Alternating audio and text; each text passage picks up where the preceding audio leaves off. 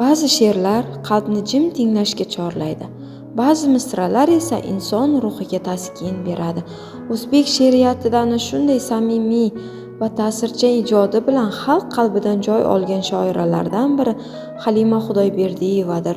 Shoiraning ijodida ona vatanga muhabbat, inson qadri, ayol qalbi, mehr va sadoqat tuyg'ulari alohida o'rin egallaydi. Halima Xudoyberdiyeva nafaqat shoira, balki xalq qalbini his qila olgan ijodkor sifatida ham qadrlanadi. Bugun ham shoira ijodi kitobxonlar tomonidan sevib mutolaa qilinmoqda. Uning she'rlari qalblarga iliqlik, tafakkurga esa ilhom baxsh etadi. Aziz kitobxonlar, sizni shoira ijodi bilan yaqindan tanishishga, uning betakror she'rlarini mutolaa qilishga chorlaymiz.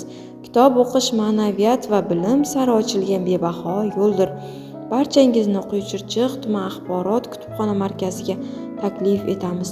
Kutubxonamizda sizni boy adabiy meros, qiziqarli kitoblar va unutilmas mutolaa olami kutmoqda. E'tiboringiz uchun rahmat.